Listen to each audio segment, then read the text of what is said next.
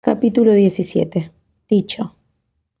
A las 6 de la tarde pasaba el proyectil por el Polo Sur, a menos de 60 kilómetros, igual distancia a que se había aproximado del Polo Norte. La curva elíptica se dibujaba, pues, exactamente. En este momento, los viajeros entraban en este bienhechor efluvio de los rayos solares. Volvían a ver estas estrellas que se movían con lentitud de oriente a occidente. El astro radiante fue saludado con un triple hurra. Con su luz enviaba su calor, que transpiró bien pronto a través de las paredes de metal. Los vidrios volvieron a tomar su primitiva transparencia. La capa de hielo que los cubría se fundió como por encanto. Acto continuo se disminuyó el gas por medida de economía, dejando el aparato de aire con su consumo habitual. ¡Ah!, exclamó Nicole. ¡Qué buenos son estos rayos caloríficos! Con cuánta impaciencia deben esperar los selenitas la reaparición del astro del día después de una noche tan larga. Sí, contestó Michael, aspirando, por decirlo así, aquel éter brillante. Luz y calor constituyen toda la vida. En este momento se advirtió la tendencia de la base del proyectil a separarse ligeramente de la superficie lunar, siguiendo una órbita elíptica bastante prolongada. Si desde ese instante hubiera sido visible toda la Tierra, habrían podido verla de nuevo Barbicane y sus compañeros, pero sumergida en la irradiación del Sol, permanecía invisible. Otro espectáculo llamaba la atención, y era el que presentaba la región austral de la Luna, aproximada por sus anteojos a un medio cuarto de legua. No abandonaban, por tanto, los lentes y anotaban todos los detalles de este extraño continente. Los montes Dörfel y Leibniz forman dos grupos separados que se desenvuelven muy próximos en el Polo Sur. El primer grupo se extiende desde el Polo Sur hasta el paralelo 84 a la parte oriental del astro. El segundo, que se presencia hacia el borde oriental, va del grado 65 de la latitud al polo. Aparecen sobre su arista caprichosamente contorneada planicies resplandecientes, tales como las ha señalado el padre Secchi. Barbicane pudo estudiar su naturaleza con más certidumbre que el ilustre astrónomo romano. «Eso es nieve», exclamó Michael. «¿Nieve?», repitió Nicole. «Sí, Nicole, nieve cuya superficie está profundamente helada. Ved cómo refleja los rayos luminosos. Lavas petrificadas no producirían una refracción tan intensa. Hay, pues, agua y aire sobre la Luna. Será en poca cantidad si se quiere, pero el hecho es innegable». Así era en efecto, y si Barbicane volvía a la Tierra, confirmarían sus notas este hecho de tanta importancia en las observaciones selenográficas. Los montes Dörfel y Leibniz se elevaban en medio de llanuras de mediana extensión limitadas por una sucesión indefinida de circos y de murallas anulares. Estas dos cadenas son las únicas que se encuentran en la región de los circos, poco accidentadas relativamente. Proyectan en varias direcciones algunos picos agudos cuya cima más elevada mide 7.603 metros. Pero el proyectil dominaba a todo este conjunto y el relieve desaparecía en el intenso resplandor del disco.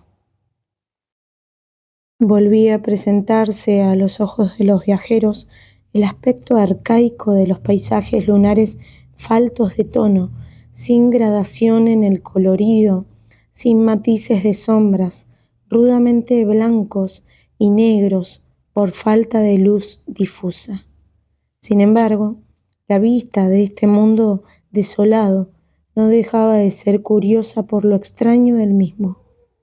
Se paseaban por encima de aquella caótica región como arrastrados por el soplo del huracán, viendo desfilar las cimas bajo sus pies, observando las cavidades con ojo atento, analizando los pliegues, hojeando las cavidades, subiendo a las murallas, sondeando aquellas cimas misteriosas, nivelando todas las desigualdades, pero sin encontrar vestigios de vegetación ni de población. Y sí, únicamente estratificaciones, arroyos de lava, derrames pulimentados como inmensos espejos que reflejaban los rayos solares con un brillo irresistible. Nada había de lo que caracteriza un mundo vivo, y allí los aludes rodeaban desde la cima de las montañas para caer sin ruido en el fondo de los abismos. Tenían el movimiento, pero le faltaba aún el ruido. Barbicane demostró con observaciones reiteradas que los relieves de los bordes del disco, aunque sometidos a fuerzas diferentes de las de la región central, presentaban una conformación uniforme, la misma agregación circular y las mismas desigualdades del terreno. Podía presumirse, sin embargo, que sus disposiciones no debían ser análogas.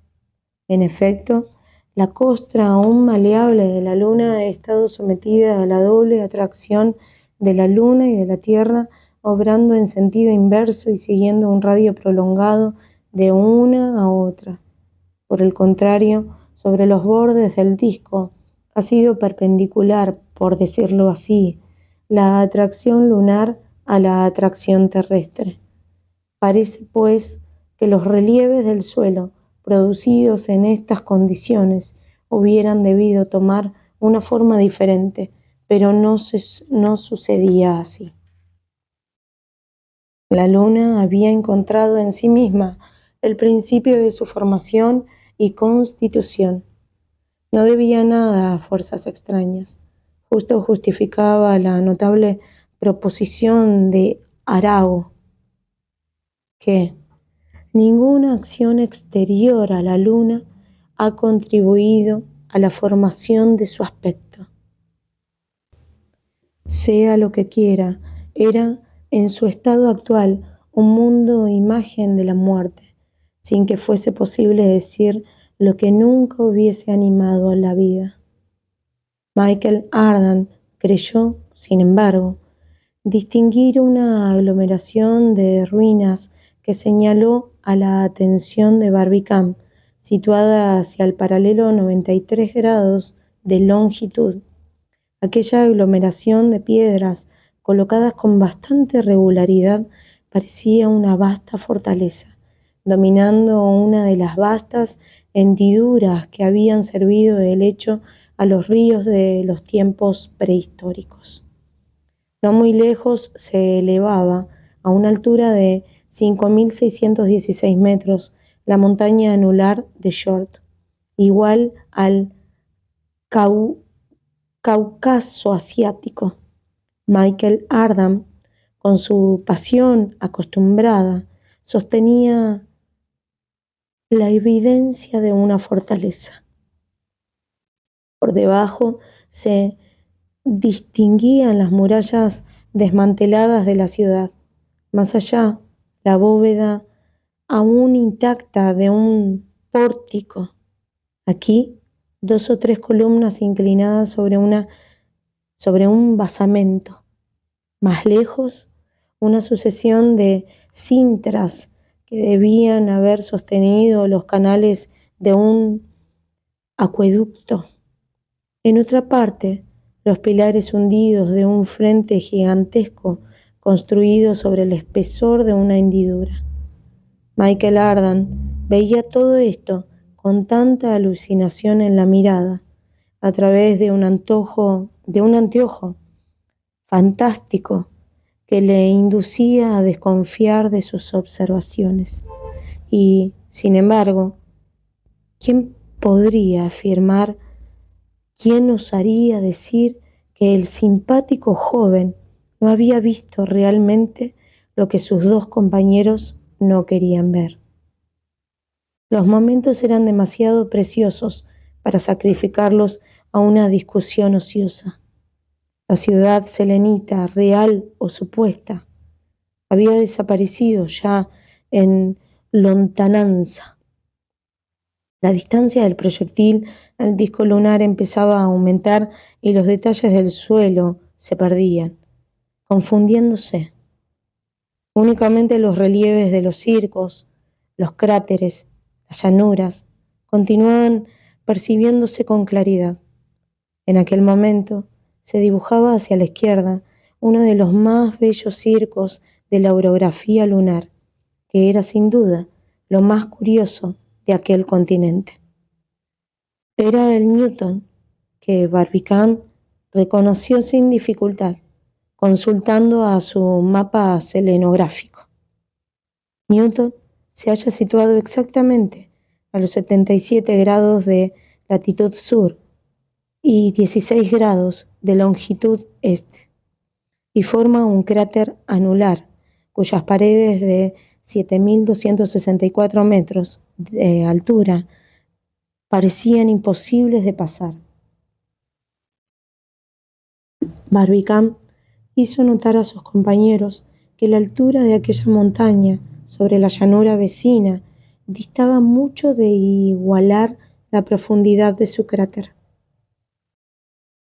Este enorme orificio era imposible de medir y formaba un abismo sombrío cuyo fondo no llegan a iluminar jamás los rayos solares. Allí, según observa Humboldt, reina de la oscuridad absoluta, que ni la luz del sol ni la de la tierra pueden interrumpir. Los mitólogos hubieran tenido razón en poner allí la boca del infierno. Newton, dijo Barbicane, es el tipo más perfecto de esas montañas anulares que en la Tierra no se ven.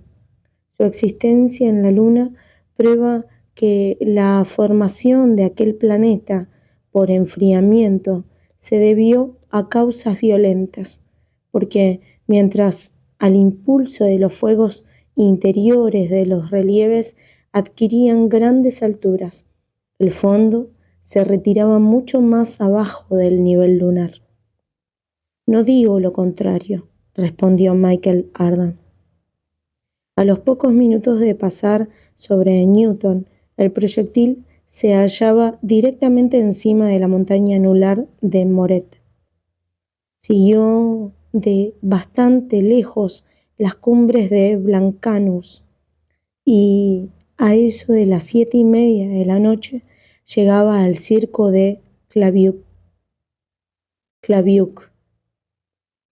Este circo, uno de los más notables del disco, se hallaba situado a los 58 grados de latitud sur y 15 grados de longitud este. Su altura se calcula en unos 7.091 metros. Los viajeros, distantes 400 kilómetros, que se reducían a 4 en los anteojos, pudieron admirar el conjunto de aquel extenso cráter. Los volcanes terrestres, dijo Barbicane, no son más que ratoneras en comparación con los de la Luna. Midiendo los antiguos cráteres formados por las primeras erupciones del Vesubio y del Etna, apenas se les encuentra con 6.000 metros de anchura. En Francia, el circo del Cantal mide 10 kilómetros. En Ceilán, el circo de la isla 70 kilómetros y se le considera como el más ancho del globo. ¿Qué valen estos diámetros comparados con el Clavius que dominamos en este momento? ¿Qué anchura tiene, pues?, preguntó Nicole. 227 kilómetros, respondió Barbicane. Verdad que este circo es el más importante de la Luna, pero otros muchos miden 200, 150 o 100 kilómetros. Ah, amigos míos, exclamó Michael, ¿os figuráis lo que debía ser ese apacible astro de la noche cuando esos cráteres henchidos de truenos vomitaban torrentes de lava, granizadas de piedras, nubes de humo y masas de llamas? ¡Qué espectáculo tan prodigioso entonces! Y ahora qué decadencia. Esa luna no es ya más que el seco cascarón de un fuego artificial, cuyos cohetes, petardos, serpentinas y soles, después de brillar resplandecientes, no han dejado más que recortaduras de cartón. ¿Quién podría decir la causa, la razón y la justificación de los cataclismos? Barbicane no escuchaba a Michel Ardan, contemplaba el recinto de Clavius, formado por anchas montañas en una zona de algunas leguas. En el fondo de su inmensa cavidad se veían un centenar de cráteres pequeños apagados y que agujereaban el suelo convirtiéndole en una verdadera espumadera sobre un pico de unos 5.000 metros. La llanura de alrededor presentaba un aspecto de desolación completa. Nada tan árido como aquellos relieves, ni tan triste como aquellas montañas. Y si es lícito expresarse así, como aquellos restos de picos y montes que cubrían el suelo. No parecía sino que el satélite había reventado por aquel sitio. El proyectil seguía avanzando y aquel caos no se modificaba. Los circos, las montañas desplomadas se sucedían sin interrupción. Nada de llanuras ni de mares. Aquello era una Suiza o una Noruega interminable. En el centro de aquella región escabrosa, en su punto culminante, aparecía la montaña más espléndida del disco lunar, la deslumbradora Tycho, en la que la posteridad conservará siempre el nombre del ilustre astrónomo dinamarqués. Al observar la luna llena en un cielo despejado, no hay quien haya dejado de notar ese punto brillante del hemisferio sur. Michel Ardan, para calificarlo, empleó todas las metáforas que le prestó su imaginación. Para él, Tycho era un ardiente foco de luz, un centro de irradiación, un cráter que vomitaba rayos luminosos. Era el eje de una rueda brillante, una asteria que abarcaba el disco entre sus latitudes, un eje inmenso lleno de llamas, un nimbo tallado para la cabeza de Plutón. Era, en fin, como una estrella lanzada por la mano del Creador y aplastada contra la faz de la luna. Tycho forma una concentración luminosa tan inmensa que los habitantes de la Tierra pueden verla sin anteojos. por más que se hallen a 100.000 leguas de distancia. Imagínese cuál sería su intensidad a los ojos de los observadores situados a 150 leguas solamente. A través de aquel puro éter, su brillantez era tan irresistible que Barbicán y sus amigos tuvieron que ennegrecer los cristales de sus anteojos con humo del gas para poder sufrirla. Después siguieron mirando, contemplando, mudos, asombrados y lanzando de cuando en cuando exclamaciones de admiración. Todos sus sentimientos, todas sus impresiones se concentraron en la mirada, como la vida, bajo la impresión de una emoción violenta, se concentra entera en el corazón. Dicho, pertenece al sistema de las montañas radiadas, como Aristarco y Copérnico, pero entre todas ellas es la más completa, la más acentuada y atestigua de un modo irrecusable esa tremenda acción volcánica a que se debe la formación de la Luna. Dicho, está situada a los 43 grados de latitud meridional, 12 grados de longitud este. Su centro está ocupado por un cráter de 87 kilómetros de anchura. Afecta una forma casi elíptica y la rodea una cintura de colinas lunares que al este y al oeste dominan la llanura exterior a una altura de 5.000 metros. Es una agregación de Monts Blanc, dispuestos en derredor de un centro común y coronados de una cabellera radiada. Ni la fotografía misma ha podido nunca representar esta montaña incomparable, tal como es, con el conjunto de relieves que convergen hacia ella y las prominencias interiores de su cráter. En efecto, durante el plenilunio es cuando Tycho se manifiesta en todo su esplendor, pero entonces faltan las sombras, los escorzos de la perspectiva desaparecen, las pruebas resultan blancas, circunstancia lamentable, porque hubiera sido curioso reproducir aquella extraña región con la exactitud fotográfica.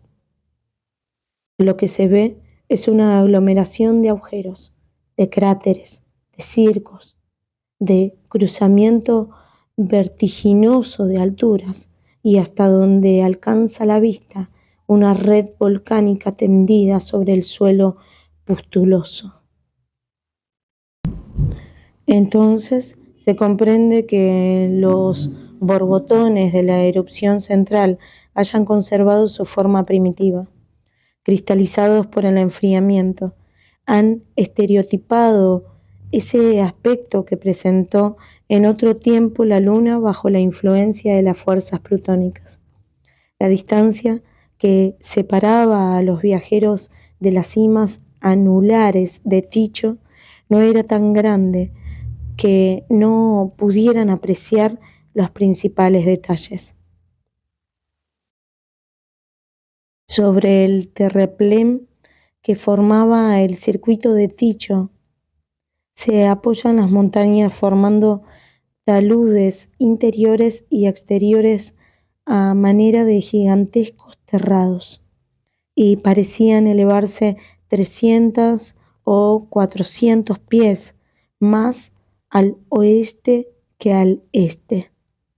Ningún sistema de fortificaciones terrestres podía compararse a aquella fortificación natural. Una ciudad edificada en el fondo de aquella cavidad circular hubiera sido absolutamente inaccesible. Pero la naturaleza no había dejado llano y vacío el fondo de aquel cráter que, por el contrario, poseía su orografía especial y un sistema montañoso que hacía de él una especie de mundo aparte. Los viajeros distinguieron perfectamente conos, colinas, macizos, movimientos notables de terreno dispuestos naturalmente para recibir las obras maestras de la arquitectura selenita. Allá se dibujaba el sitio de un templo, aquí el de un faro, en tal punto los cimientos de un palacio, en tal otro la explanada de una ciudadela. El conjunto se hallaba dominado por una montaña central de 1500 pies, vasto circuito en que la antigua Roma hubiera cabido entera 10 veces. ¡Ah!, exclamó Michael Ardan, entusiasmado ante aquella perspectiva. ¡Qué grandiosa ciudad podría construirse en ese anillo de montañas! Ciudad tranquila, refugio apacible, colocado fuera del alcance de todas las miserias humanas. ¿Cómo vivirían ahí, tranquilos y aislados, todos esos misántropos, todos esos que detestan a la humanidad y detestan la vida social? ¿Todos? No cabrían ahí, respondió sencillamente Barbicane.